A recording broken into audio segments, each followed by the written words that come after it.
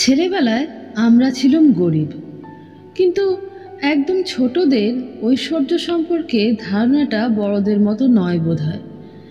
তাই আমরা ভাই বোনেরা, অন্তত আমি আর বিনু, জানতুম না যে আমরা গরিব। বাবা গলা ছেড়ে হাহা করে হাসতেন, মা ছিলেন সন্ধ্যা প্রদীপের শিখার মতো। আর আমাদের বাড়ির যে অংশটা আমাদের ভাগে পড়েছিল, সেখানে মাঠের মতো দালানের এক অংশ, আর বিরাট উঁচু সিলিংয়ের তিনখানা ঘর, আর জালি ঘেরা ব্যাডমিন্টন খেলা যায় এমন বারান্দা। এরকমটা আমাদের কোনো বন্ধু বান্ধবদের বাড়িতে আমরা দেখিনি। আসবাব ছিল কতকগুলো, আড়ে দিঘে মহাকায়া আলমারি, ভীষণ ভারী একটা দেরাজ, পেতলের টপওয়ালা টেবিল, আর ৫-৬খানা অদ্ভুত আকারের চেয়ার। পায়াগুলো তাদের গড়িয়ে আসা ঘন গুড়ের মতো, কালচে লাল মেহগনি পালিশ। সবার উপরে আমাদের সবচেয়ে প্রিয় ছিল দালানে আমার চেয়েও বড় মাপের একটা সাদা পাথরের পরীর মূর্তি। সে ডানা গুটিয়ে মুখ একটু নিচু করে নামছে, একটা পা মাটিতে আর এক পা এখনো শূন্যে। শূন্যে তোলা পায়ের আধখানা ভাঙা। একটা পা এমন ভাঙা বলেই যেন পরীটা ছিল আমাদের খুব কাছের মানুষের মতো, যার জন্যে মন খারাপ হতে পারে। কতদিনকার জিনিস সব, হিসেব জানি না। কখনো এসবে পালিশ পড়েনি, ঘরদোর কখনো রং হতে দেখিনি, কিন্তু সব কিছু ঝকঝক তকতক করত। বাবা, মা আর দিদি মিলে ঝেড়ে ঝুড়ে সব কিছু এমনই রাখতেন। বাইরের থেকে বাড়িটাকে দেখিয়ে যদি বন্ধুদের বলতুম এই আমাদের বাড়ি, তাহলে তারা মূর্ছা যাবার জোগাড় হতো। তোরা এই বাগ বাড়িতে থাকিস? তোদের বাবা রাজা নাকি রে? এ কথা বাবা মার সামনে বলার জো ছিল না। বললেই বাবার হাসি মুখ আঁধার হয়ে যেত, মায়ের মুখের চেনা আলোর শিখাটা দপ করে নিভে যেত। আর পরে কোনো সময় দিদি কোনো একটা হাতের কাজ সারতে সারতে আনমনে ধমক লাগাতো, বলার আর কথা পাস না না রে টুনি? রাজা রানী রাজকন্যা হবার খুব শখ না রে? ভগবান জানেন, রাজকন্যা হবার শখ আমার মোটেই ছিল না। রাজকন্যাদের রাজ্যে দৈত্য এসে সব পাথর করে দিয়ে যায়। রাজকন্যাকে উঁচু জলটুঙ্গি ঘরে জন্মের মতো ঘুম পাড়িয়ে রেখে দেয়, সোনার কাঠি রূপোর কাঠি মাথায় পায়ে রেখে, জাগায় শুধু নিজের আকাট বিকট মুখখানা দেখাবার জন্যে। রাজকন্যা কি হতে আছে? আমার ভাই বিনুকে চুপি চুপি জিজ্ঞেস করতুম, হ্যাঁ রে বিনু, দিদি আমাকে বকলো কেন রে? বাবাকে রাজা বললে বাবা কেন রাগ করে রে? বিনু আমার থেকে বয়সে ছোট হলে কি হবে, বুদ্ধিতে ছিল অনেক পাকা। বলতো, তুই জানিস না টুনি, আমাদের ঠাকুরদা এই এত বড় বাড়ি, বাগান, ঠাকুর দালান সব করে গেছিলেন। ঠাকুরদাকে সবাই রাজা বলতো। তো কি, ভালো তো? দূর বোকা, ভালো কোথায়? মদ খেত তো ঠাকুরদাদের সব্বাই, কেউ কোনো কাজ করতো না, খালি পায়রা ওড়াতো আর বেড়ালের বিয়ে দিত আর সাহেবদের পা চাটত। তাই তো আমাদের আজকে এই দুরবস্থা। বিনুটা সে সময় বাংলায় ভীষণ ভালো হবার চেষ্টা করছে। দুরবস্থা তো কোন ছাড়, অকুতভয়, অদূরদর্শিতা ইত্যাদি শব্দ ব্যবহার করেও ঘন ঘন স্কুলের মাস্টারমশাইদের মূর্ছার কারণ হচ্ছে।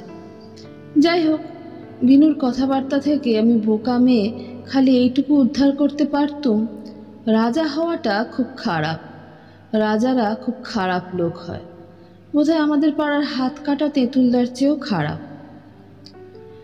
একমাত্র দুটো সময় আবছাভাবে বুঝতে পারতুম আমরা গরিব, আমাদের যথেষ্ট পয়সা কড়ি নেই। পুজোর সময় আর বেড়াতে যাবার মরশুমে। পুজোর সময় আমাদের ঠাকুর দালানে ডাকের সাজ পরা দুর্গা প্রতিমা পুজো হতো। সারা কলকাতায় লোক ভেঙে পড়তো ঠাকুর দেখতে, কিন্তু আমাদের দুটোর বেশি 3টে জামা হতো না। মা সারা ভাদ্র আশ্বিন সেই পঞ্চমীর দিন পর্যন্ত হাত মেশিনে সেলাই করত। বাড়ির সবার সায়া, পাঞ্জাবি, ব্লাউজ, ফতুয়া, ফ্রক, জাঙ্গিয়া, শার্ট, প্যান্ট। শুধু নিজেদের নয়, সেই রায়বাড়ির বাসিন্দা নানান রকমের কাকা জ্যাঠাদের পরিবারের। এই ডাঁই জামা কাপড়ের মধ্যে থেকে একটা অপূর্ব থাক থাক দেওয়া সোনালি রঙের খড়মড়ে ফ্রক বার করে হয়তো আমাকে ডেকে বলতো, টুনি দেখ দেখি পছন্দ হয় কি না। আমি দৌড়ে আসতুম।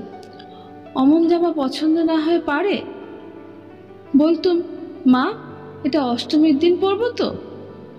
ষষ্ঠী, সপ্তমী, নবমী এগুলো? মা আবার সেই ডাঁয়ের মধ্যে হাত চালিয়ে একটা সাধারণ ছিটে সাদাসিধে ফ্রক বার করে বলতো, এইটা ষষ্ঠীর দিন পরবি। আর আবার কি, দেখছিস না কতজনের কত ফরমাস। এইসব সেরে আর কখনো পড়তে পারি? নড়া ব্যথা হয়ে গেল যে রে। এমনিতে খুব মাতৃভক্ত হলেও আমি নড়া ব্যথার কথায় ভুলতুম না। কেঁদে কেটে একসা করতুম, কারণ আমার চোখের সামনে তখন ভাসছে খুড়তুতো দুই বোন পুতুল বিথির 5 দুগুণে 10টা করে ফ্রক, কোনোটা ফ্রিল দেওয়া, কোনোটার কুকুরের কানের মতো কলার, কোনোটাতে সিল্কের ওপর মিকি মাউস, এক একটায় এক এক রকমের চমক। তাদের পাশাপাশি আমি ওই সোনালি অর্গ্যান্ডির ফ্রক পরে রোজ। কেন তুমি এতজনের এত জামা করবে? কেন খালি আমার, বিনুর আর দিদির আর তোমার আর বাবার করবে না? কেন? আমার সেই নেই আঁকড়া কান্নার মধ্যে মা সেলাই কলের ওপর গালে হাত দিয়ে চুপটি করে গম্ভীর মুখে বসে থাকত। দিদি জোর করে আমাকে সেখান থেকে তুলে নিয়ে যাওয়ার চেষ্টা করত। আর ঠিক এমনই সময় বাবা এসে দাঁড়াতেন। কি হলো, টুনি এত কাঁদছে কেন? ও কি বুলা, টুনিকে অমন করে এক পা ধরে টানছিস কেন? দেখো না বাবা, টুনি মাকে কাজ করতে দিচ্ছে না। পুজোর আর ঠিক 15 দিন বাকি, এ সবই তো আমাদের শেষ করতে হবে নাকি?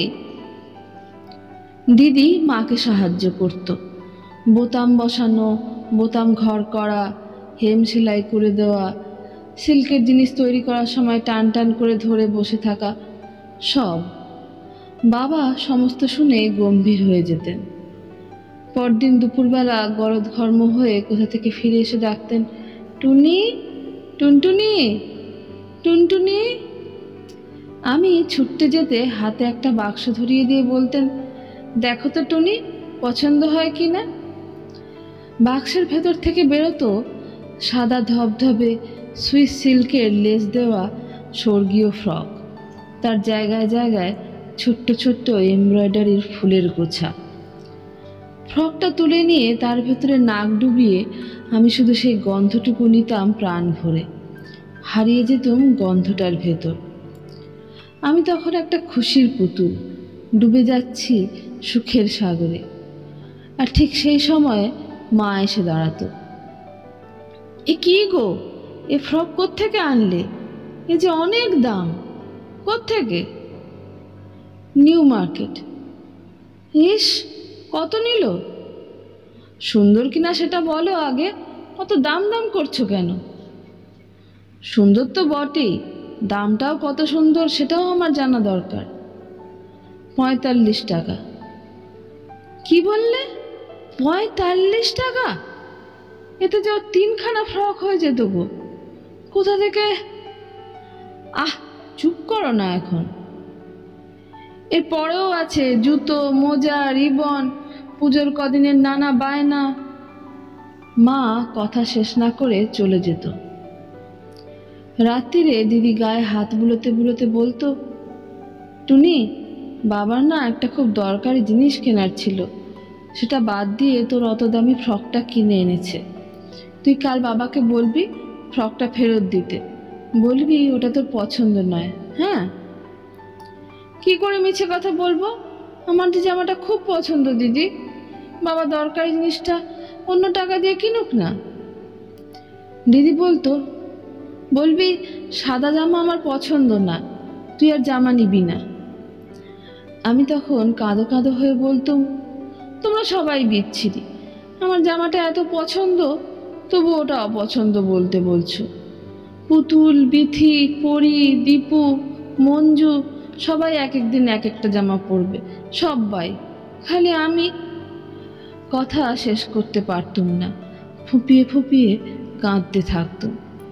কান্নার আওয়াজে মা ঘরে ঢুকে বলতো, বুলা, টুনি কাঁদছে কেন রে? বকেছিস? দেখো না মা। আমি নাকে কান্না চড়াবার আগেই দিদির হাত কঠোরভাবে আমার মুখ বন্ধ করে দিত। মা একটুখানি দাঁড়িয়ে থেকে বলতো, বুলা, ওকে বকিস না, ছেলে মানুষ। পুজোর কদিন ভারী মজা। বুড়ির মাথার পাকা চুল, হাওয়া মিঠাই, পাংখা বরফ, লম্বা বেলুনের চ্যাঁচো, গ্যাস বেলুন। ঠাকুর দালানে ঝাড়বাতির নিচে ডাকের সাজ পরে ঠাকুর ঝলমল করছে। কোনো একজন কাকিমা ডেকে বলছে, টুনি, এই সিল্কের জামা তোকে কে দিল রে? কে আবার দেবে? আমার বাবা। বাবার গর্বে ঝকমকে মুখ, আমি দৌড়ে হারিয়ে যাচ্ছি বন্ধুদের ভিড়ে আমার ডাকের সাজে। সাদা ধবধবে সিল্ক, তাতে সরু লেসের পাড়, চকচকে সুন্দর লজেন্স লজেন্স গন্ধওয়ালা এমব্রয়ডারির নানা রঙের ফুলের গোছা। টুনি, টুনি, বিথি ডাকছে বুঝি। কি সুন্দর তোর এই জুতোটা। আইরিনের নাম, বাটার নতুন জুতো, বাবা কিনে দিয়েছে, আমার বাবা। সগর্বে বলতে বলতে আমি দৌড়ে নামবো। ঠাকুর দালানে চামড়ার জুতো পরে ওঠা বারণ। তার সামনের চত্বরে হাজার মুখের মেলা, তারই মধ্যে কোনো কোনো চোখ আমার উপর, আমার ফ্রকের উপর আটকে যাবে। কেউ হয়তো বলে উঠবে, ফ্রকটা কি সুন্দর দেখেছো? মিনুকে এইরকম একটা নতুন কস্তা পেড়ে শাড়ির আঁচল মাথায় দিয়ে, পায়ে আলতা, মা চলে যাচ্ছে ঠাকুর দালানের দিকে। হাতে পেতলের ভারী থালায় কত কি রহস্যময় পুজোর জিনিস। বাবা কোরা কাপড়ের খুঁট গায়ে জড়িয়ে ঠাকুর মশাইয়ের পেছনটিতে বসে। বিনুর হাত থেকে ফিরোজা রঙের গ্যাস বেলুনটা হুস। ধনেখালির হলুদ ডুরে শাড়ি পরে দিদি এসে দাঁড়াচ্ছে। আমার দিদি, আরও অনেক দিদি, খুড়তুতো, জ্যাঠতুতো, পাড়াতুতো। কেউ সিল্ক, কেউ অর্গ্যান্ডি, কেউ বেনারসি। মহা সমারোহে সন্ধি পুজো শুরু হয়ে গেল। সেই ধুমধামের সন্ধি পুজোর ধুনো গুপগুলের চোখ আঁধার করা আবছা পর্দার মধ্যে থেকে ঘোমটার ভেতর মায়ের ভক্তিনম্র অনিন্দ মুখখানা মাঝে মাঝে দেখা দিয়েই হারিয়ে যাচ্ছে। কে যেন বলছে, বুলার শাড়িটা বড্ড খেলো, পুজোর কাজে নষ্ট হয়ে যাবে বলে পড়েছে নাকি রে? কে যেন তার জবাব দিচ্ছে, দূর, কোথা থেকে দামি শাড়ি পাবে? কথাগুলো তাদের পুরো অর্থ নিয়ে আমার ছোট্ট মাথায় ঢুকছে না, কিন্তু শরীরে কেমন একটা অস্বস্তি, রাগে দুঃখে আস্তে আস্তে কান গরম, মাথা ফাঁকা। আমার দিদির শাড়িটা খেলো মানে বাজে? কেন? কত সুন্দর দেখাচ্ছে যে দিদিকে। শাঁখে ফু পাড়ছে দিদি সমানে, গালগুলো গোল টোপর হয়ে ফুলে উঠছে, কপাল, নাক, থুতনি সব দুর্গা ঠাকুরের মতো লাল। কোথায় চললি টুনি? কে যেন পিছন থেকে বলছে চেঁচিয়ে। ঢাক বাজছে, ঢোল বাজছে, তুমুল হুল্লোড়ে, কাঁসর বাজছে কাঁই কাঁই কাঁই। আমি গরিব, আমরা গরিব। দিদির শাড়িটা খেলো। বিনুর হাফ প্যান্ট ঝলঝলে, বাবার খালি গায়ে কোঁচার খুঁট। এই পুজো, এই হইচই, এসব পুতুল বিথিদের জন্য, মঞ্জু দীপুদের জন্য, মাধুদি, নীলমাসি, নতুন কাকিমা, গীতালি দিদিদের জন্য। আমি চলে যাচ্ছি সাদা সিল্কের ফ্রকের ঠাট্টা শুনতে শুনতে আমাদের উঁচু ঘরের অসীম নিঃশব্দ পরিসরের মধ্যে আমার কান্না লুকিয়ে ফেলতে। পুজো ফুরিয়ে গেলে আবার সব ভুলে যাই। তখন দিদির অনেক যত্নে তুলে রাখা মলার দেওয়া বই, স্কুল ব্যাগ, টিফিন কৌটোয় ঘুগনি, বাবার কাছে অঙ্ক, ইংরেজি, বিকেলবেলায় মণিমেলা, দিনগুলো সব একে অপরকে হারাবার জন্য দুদ্দার ছুটত। আমিও তাদের সঙ্গে পাল্লা দিয়ে ছুটত। আর সারাদিন ছোটার ক্লান্তিতে আনন্দে রাতের কোলে, মায়ের কোলে, দিদির কোলে ঢলে পড়তুম অবাধ সুন্দর শীতল বিস্মরণের অথৈ দিঘিতে। কিন্তু গরমের ছুটি, পুজোর ছুটি, বড়দিনের ছুটির সময়ে গরিব বিছেটা আবার আমায় কটাস কটাস করে কামড়াতো। পুজোর সময়ে না হয় সব শরিকে মিলে মল্লিক বাড়িতে বিখ্যাত 100 বছরের পুরনো পুজো, কোথাও যাওয়া যাবে না। গরমের ছুটিতে না হয় বাবার আপিস, বড় সাহেব কিছুতেই ছুটি দিতে চায় না। কিন্তু বড়দিন, তখন যে কলকাতায় ঝুড়ি ঝুড়ি কমলা লেবু থই থই করছে আকাশ নীল, এখানে সেখানে চড়ুই ভাতি। স্কুলের বন্ধু মিতালি বলতো, তনিমা, তোরা শীতে কোথাও যাবি না? আমরা এবার গিরিডি যাচ্ছি, উশ্রী জলপ্রপাত আছে, খুব সুন্দর জায়গা। কেয়া বলতো, আমরা যাচ্ছি হাজারিবাগ, জঙ্গল দেখব, বাগানে লুকোচুরি খেলবো, আর রোজ মুরগি রোজ। শিপ্রা বলতো, দূর, হাজারিবাগ গিরিডি ওসব তো হাতের কাছে, ট্রেনে চড়লি নেমে পড়লি, কোনো মজাই নেই। আমরা যাব দু-রাত্রিরের পথ, দিল্লি, লালকেল্লা দেখব, কুতুব মিনার দেখব, তাজমহল দেখব চাঁদের আলোয়, বাবা বলেছে। আমি অবাক হয়ে ভাবতুম, কুতুব মিনার কুতুবউদ্দিন আইবক তৈরি করেছিলেন, ইলতুৎমিশ শেষ করেন সেই কুতুব মিনার। লালকেল্লা, যার ভেতরে ময়ূর সিংহাসন, দেওয়ানি খাস, দেওয়ানি আম, ওসব তো পুরনো হয়ে যাওয়া ইতিহাস বইটার পাতায় থাকে, দেখা যায়, ওদের দেখা যায়। আর তাজমহল, কালের কপল তলে শুভ্র সমুজ্জ্বল সেই তাজমহল, সেইটা দেখবে শিপ্রা, যে রোজ স্কুলে আমার পাশে গা ঘেঁষে বসে থাকে, আমার ঘুগনি খায়, আমাকে গোলাপ জাম খাওয়ায়, সেই শিপ্রা। বাবা, বাবা, এবারে বড়দিনের ছুটিতে আমরা কোথায় যাব? বাবা অবাক হয়ে চেয়ে বলতেন, অবুলা, দেখ তো ছোট টুনটুনি পাখিটা কি যেন কিচিরমিচির করছে। না বাবা, সত্যি বলো না, শিপ্রারা যাচ্ছে, মিতালিরা যাচ্ছে, সবাই যাচ্ছে যে। সবাই চলে যাচ্ছে? তাহলে তো সারা কলকাতাটাই গড়ের মাঠের মতন ফাঁকা হয়ে যাবে রে। শুধু আমরা কজন বেড়াবো, খালি বেড়াবো। ঠাট্টা নয়, বলো না। দিদি হঠাৎ তার বাটনা বাটা হলুদ হাত ছোট্ট লাল গামছায় মুছতে মুছতে এসে দাঁড়িয়েছে। বাবাকে বিরক্ত করছিস কেন রে টুনি? দেখছিস না হিসেবের কাজ করছে। বাবাকে মাকে ভয় পেতুম না, কিন্তু দিদিকে বিলক্ষণ। ও দিদি, বাবাকে বলো না বড়দিনের ছুটিতে আমাদের দিল্লি নিয়ে যাবে, লালকেল্লা দেখবো, তাজমহল, বলো না। দিদি গম্ভীরভাবে বলতো, তোর কোন বন্ধু যাচ্ছে? শিপ্রা, তো শিপ্রা যাচ্ছে। তাই অমনি তোকেও যেতে হবে, লোকে যা যা করবে তোকেও ঠিক তাই তাই করতে হবে। বাহ, লোককে নকল করে যারা, তাদের কি বলে জানিস? ভয়ঙ্কর কিছু বলে নিশ্চয়, আমি আর কথা বাড়াতে সাহস পাই না, কিন্তু কান্না গিলে নিতে নিতে ভাবতে থাকি, দিল্লি যাওয়াটা তো খারাপ কাজ নয়, কোনো মতেই নয়।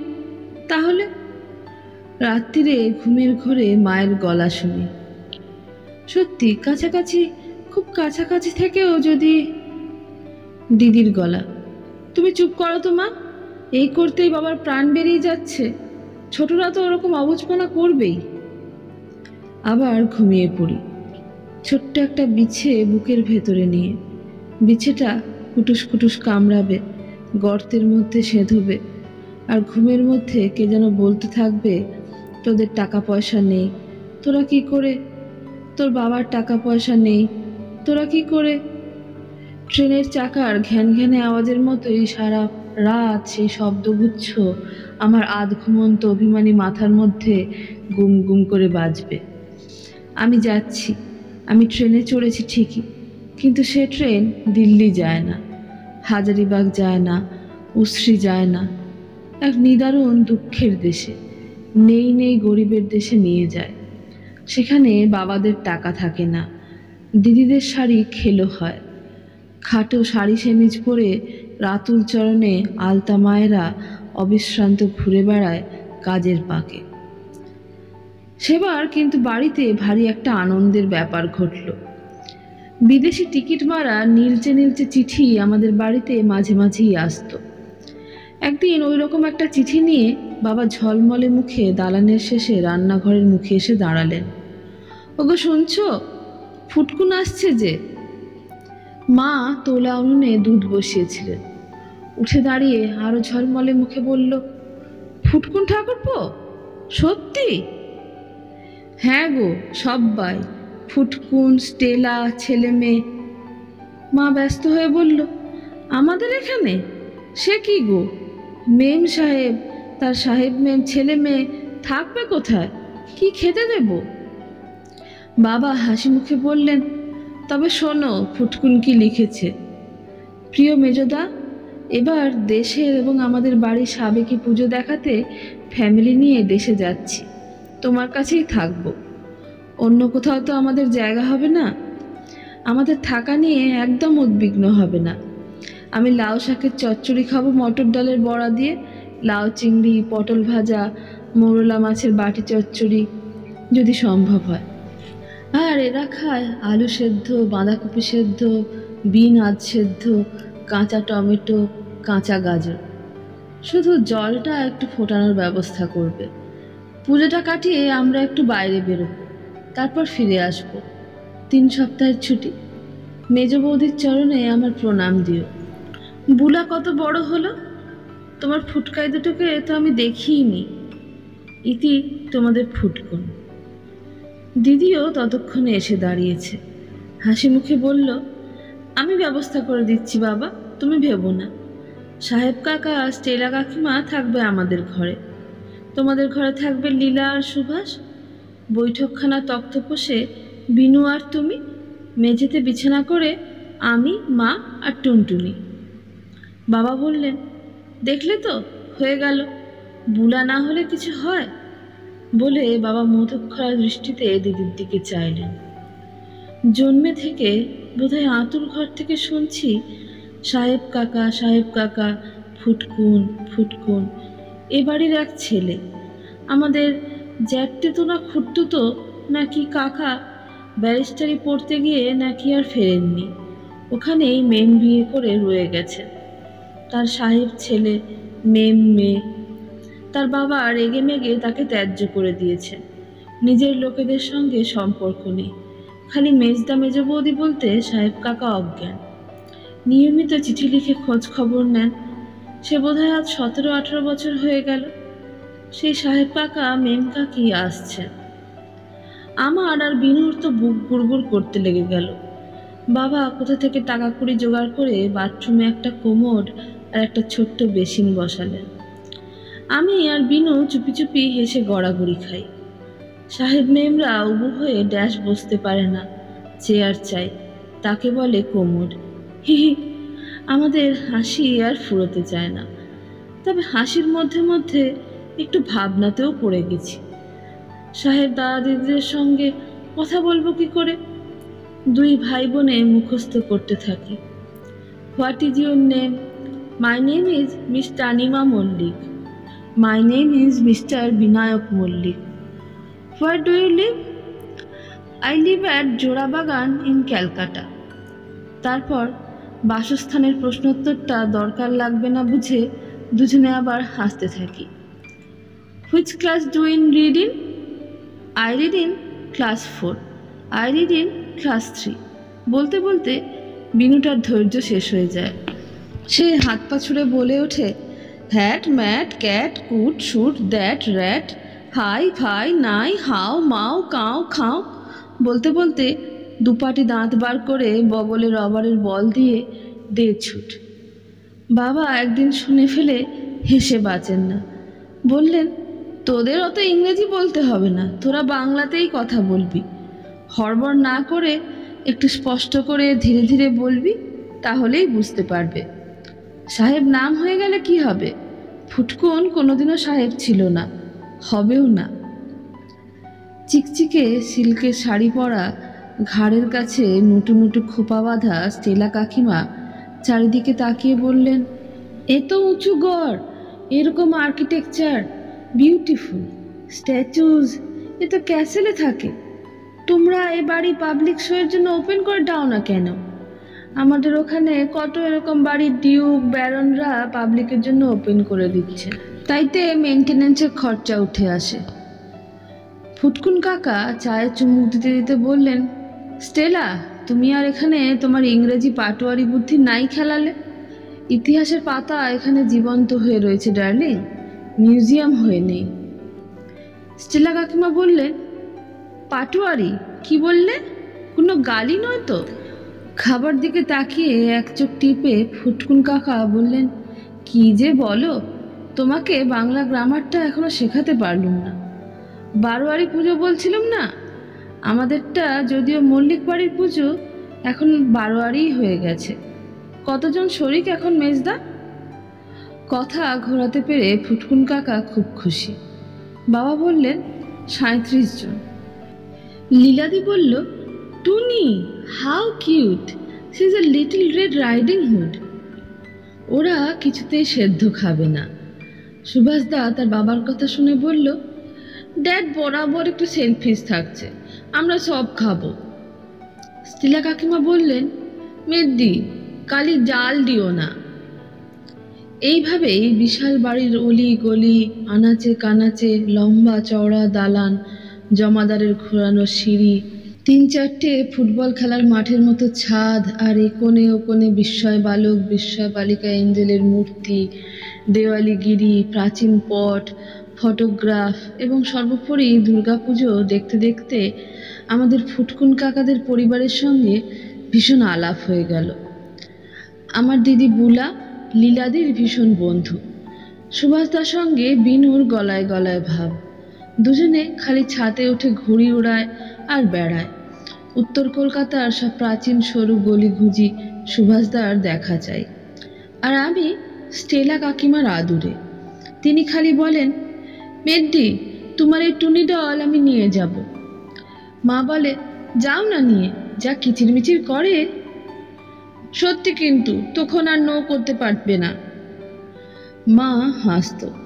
আমি ভাবতাম, ভালোই তো, ফুটকুন কাকাদের কি সুন্দর বাগানওয়ালা বাড়ি, তার উপর দিকটা কুটিরের মতন, কেমন চিমনি, ফায়ারপ্লেস, পুকুর, পরিষ্কার রাস্তাঘাট, বাকিংহাম প্যালেস, টেমস নদী, টিউব ট্রেন। আমি যাব, লীলাদিদের মতো টুকটুকে ফর্সা হয়ে যাব, মেম সাহেব একেবারে। কত জামা কাপড়, কত বেড়ানো, ভালোই হবে বেশ। ফুটকুন কাকা বললেন, পুজোর পর টিকিট কাটছি, গোপালপুর আনছি, তোমরা সকলে আমাদের সঙ্গে চলো। বাবা হাঁ হাঁ করে উঠলেন। একাদশীর দিন থেকে অফিস ফুটকুন, কোনো উপায় নেই। মা হেসে বলল, তবেই বোঝো, তোমার দাদাকে দেখাশোনা করবার একটা লোক চাই তো, তুমি বরং বুলা আর বিনুকে নিয়ে যাও। লীলাদি বলল, Bula, you must take a holiday. দিদি হেসে বলল, পরের বার লীলা, পরের বার, ডোন্ট মাইন্ড। আমি জানি দিদি যাবে না, দিদি ভীষণ ঘরকুনো। অবশেষে অনেক আলাপ আলোচনার পর ঠিক হলো আমি আর বিনু যাব। মহা আনন্দে আমাদের বাক্স গুছানো হলো। আমার 8 বছরের সাদা সুইস সিল্কের ফ্রক তো এখনো তেমনই সুন্দর আছে, সোনালি অর্গান্ডির ফ্রকটাও। তারপর স্টেলা কাকিমা আমাদের জন্য কত রকমের জামা এনেছেন, তাদের বলে ড্রেস। বিনুকে আর চেনা যাচ্ছে না। আমিও যখন লম্বা স্ল্যাক্স পেন্টুল আর নকশা করা টপ পরে ছোট চুলে পনিটেল বেঁধে ফিটফাট হয়ে গেলুম, দিদি আদর করে বলল, দেখ তো টুনি, এবার তোকে কেমন ছবির বইয়ের খুকুর মতো দেখাচ্ছে। আমি আর বিনু মহা গর্বে উৎফুল্ল হয়ে 2 পকেটে হাত গুঁজে ট্যাক্সিতে উঠে পড়লুম। ভীষণ তাড়া। ওদিক থেকে মিতালি ছুটতে ছুটতে আসে, তনিমা, ও তনিমা, কোথায় যাচ্ছিস রে? সমুদ্র দেখতে, সমুদ্র, গোপালপুর আনছি। আলোয় আলোয় মুখে বলতে থাকি আমি। ট্রেন চলেছে ফুসফুস করে, শব্দ নেই, মোটা গদির মধ্যে ডুবে যাচ্ছি। কি সুন্দর ঠান্ডা। 2 হাত জড়ো করে বুকের কাছে ধরেছি। লীলাদি অমনি গোলাপি রঙের 3 কোনা শাল আমার গায়ে জড়িয়ে দিল। তার কোনো ওজন নেই, অথচ কি সুন্দর গরম। কাঁচের বাইরে কিচ্ছু দেখা যায় না, খালি আমাদেরই ছবি। কামরার মধ্যে আলো, স্টেলা কাকিমার লালচে সাদা মুখ, লীলাদির লাল ব্লাউজ, কালো স্কার্ট, সুভাষদার সোনালি চশমা, বিনুর ফটফটানি। কামরা জুড়ে ওদের অবিশ্রান্ত উত্তেজিত ইংরেজি, যার এক বর্ণ বুঝতে পারছি না। বাস্কেট থেকে নাম না জানা সুগন্ধের খাবার, স্পেন্সেস নামের হোটেলের নাম লেখা বাক্স, তারপর একটা পুরো বাক্স জুড়ে দুলতে দুলতে ভুলতে ভুলতে ঘুম। ঢুলতে ঢুলতে কখন জাগি, কখন আবার ঘুমের মধ্যে গুলিয়ে যাই, নিজেই জানি না। এমন ঘুম কখনো ঘুমোইনি, এমন দোলা কখনো দুলিনি, এমন জাগাও কখনো জাগিনি।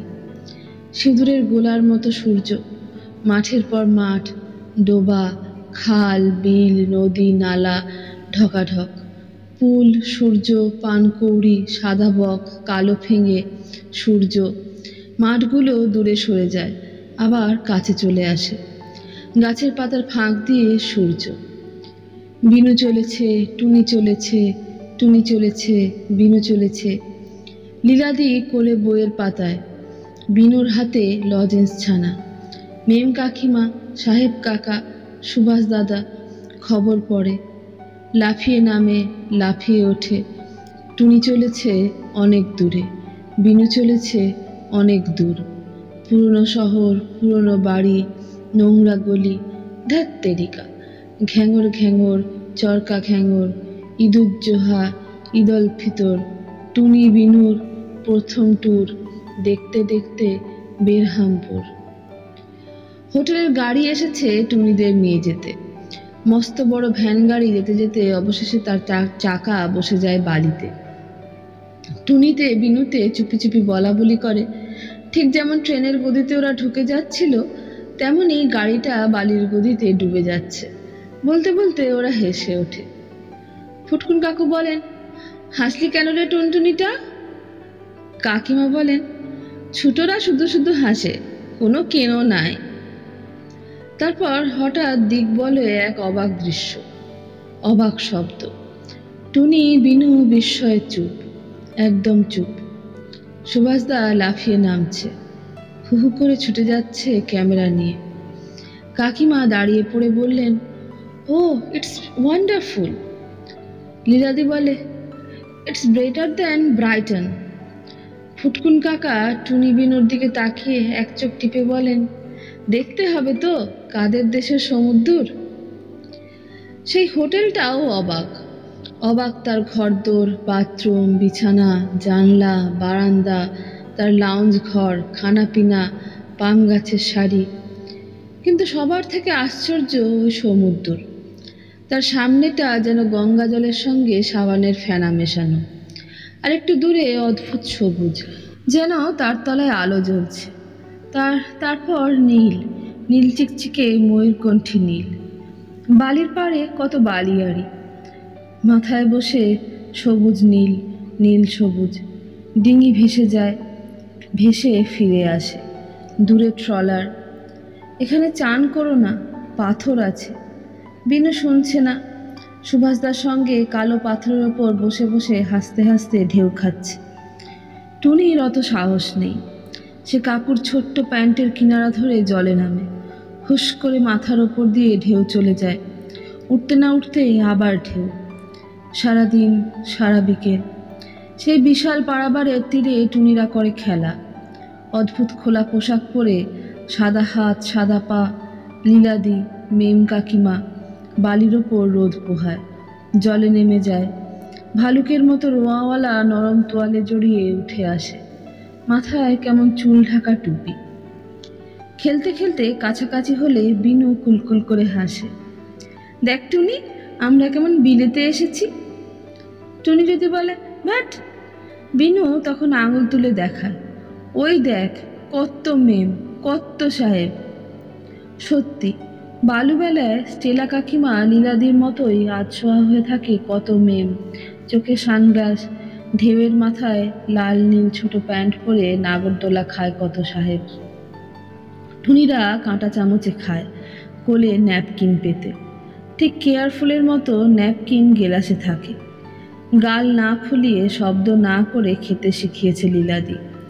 বেয়ারারা সেলাম করে, তাদের মাথায় পেখমওয়ালা টুপি। কিন্তু যখন খুব বেশি বিলেত বিলেত লাগে তখন টুনি হাঁ করে ফুটকুন কাকার আর বিনুর তামাটে মুখের দিকে চেয়ে থাকে। রাত্রির বেলায় লীলাদির পাশের খাটে শুয়ে সমুদ্রের গর্জন শুনে, কেমন অচেনা অজানা বিলেত বিলেত। টুনি কি সত্যি সত্যি তবে নিজের দেশ, নিজের শহর কলকাতা ছেড়ে বহু দূরে বিলেতে চলে এসেছে? ভোরবেলায় ঘুম ভেঙে যায়, জানলা দিয়ে থই থই জল দেখা যায়। হুস করে বাড়ির ওপরটা ফেনায় সাদা করে দিয়ে ফিরে যাচ্ছে। ব্যালকনিতে বসে লীলাদিদের হ্যাটম্যাট ক্যাটের মধ্যে বসে বসে ব্রেকফাস্ট। কিছু কিছু এখন বুঝতে পারা যায়। ফুটকুন কাকা, কি স্টেলা, লীলা, এখন কেমন লাগছে? কাকিমা, খুব ভালো, ফিলিং অ্যাট হোম। কাকা, তাহলে বলো জোড়া বাগান তোমাদের ভালো লাগেনি? কাকিমা, জোড়া বাগান ইজ অল রাইট, কিন্তু এখানে এসে শাড়ি খুলে ফেলতে পেরে আর অত লোকের কিউরিয়াসিটির বাইরে এসে আমার স্বস্তি হচ্ছে। লীলাদি, আসলে ড্যাড ভালো লেগেছে, কিন্তু বিদেশে অ্যাডভেঞ্চারের মতো। ফুটকুন কাকা, তাহলে বুঝে দেখো তোমাদের জন্য সারা জীবন বিদেশে পড়ে থাকতে আমার কেমন লাগে, আর এই এক সপ্তাহের কলকাতা মল্লিক বাড়ি বা আমার কেমন লেগেছে। কাকিমা, I am really sorry for you. সুভাষদা, আমি ঠিক করেছি গ্র্যাজুয়েশনের পর ইন্ডিয়া ট্যুর করব, ইউরোপ নয়। ওইসব সরু সরু গলি আর বড় বড় ছাদ আমাকে দারুণ ফ্যাসিনেট করেছে। মানুষরাও, আঙ্কেল আন্টির মতো মানুষ আমি দেখিনি। সাধারণ মানুষেরাও অদ্ভুত। কিছু কিছু লোক আছে জাস্ট একটা ল্যাকির মতো, কেউ কেউ আবার দেখবে যেন গড। কুকুর বেড়াল কিংবা ইনঅ্যানিমেট অবজেক্টের মতো মানুষও দেখেছি। ফুটকুন কাকা, তোমরা বিনোটুনির সঙ্গেও কথা বলো, ওরা লেফট আউট ফিল করবে। লীলাদি, ও তাও তো বটে। টুনি, এখানে তোমার কেমন লাগছে? টুনি, ভীষণ ভালো। বিনু তোমার? আমি বড় হয়ে বিলেত যাব, বিলেতটা তো এখানকার মতো। সুভাষদা, সবটা আছে না বিনু, কিছু কিছু আছে। ফুটকুন কাকা হেসে, ভালো, সুভাষ আসছে ইন্ডিয়ায়, বিনু যাচ্ছে ইংল্যান্ডে, বেশ একটা ইউথ এক্সচেঞ্জ প্রোগ্রাম করা যায়। টুনি, লীলা, তোমরা কি করবে বলো?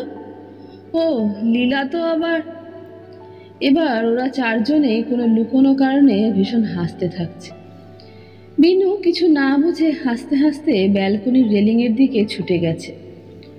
টুনির হাতে মিল্কশেক, গোফে ফেনা লেগে আছে, ন্যাপকিন দিয়ে মুছিয়ে দিচ্ছে লীলাদি। গোপালপুরের এই বিলেত অবশেষে তার কাজু বাগান, বালিয়াড়ি, আরামের হোটেল বাড়ি এসব নিয়ে দূরে সরে যাচ্ছে। দূরে সরে যাচ্ছে নীল সমুদ্রের ওপর কালো কালো কাস্তের মতো ডজনে ডজনে নৌকা। রাত্রিরে কালো জলের ওপর বাতিঘরের ঘুরে ঘুরে টর্চ ফেলা ট্রলারের আলো, ঢেউয়ের মাথায় ফসফরাসের নাচ।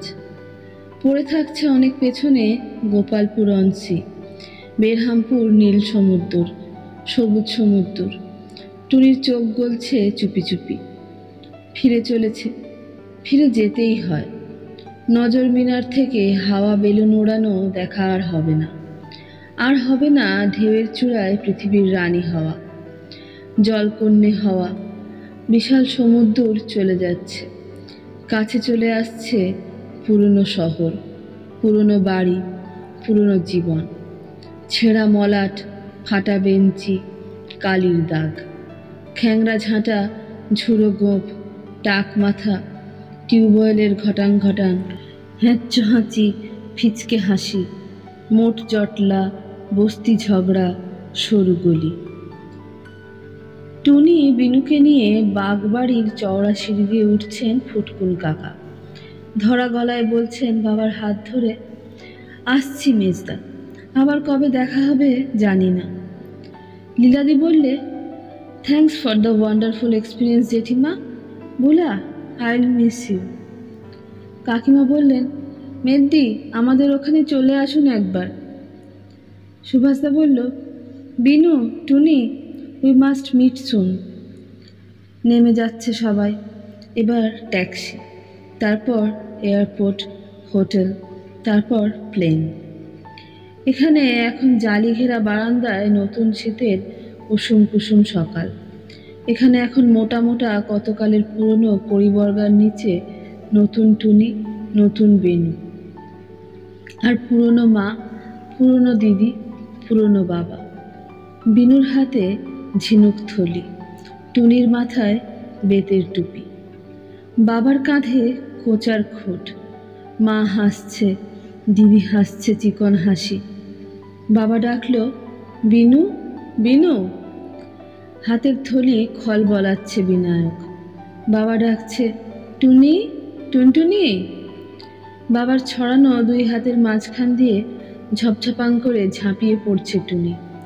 বাবার খোলা বুকের সঙ্গে সেঁটে গেছে টুনির মাথা, টুনির কান। কান পেতে শুনছে পুরনো বুকের মধ্যে গুম গুম, গাগুম গুম, অবিকল সেই গভীর ডাক। অথই সমুদ্রের, নীল সমুদ্র, সবুজ সমুদ্র।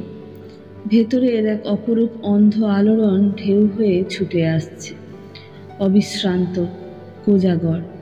ভেঙে পড়ছে। টুনির গালের বেলাভূমি তাই ফেনায় ফেনা।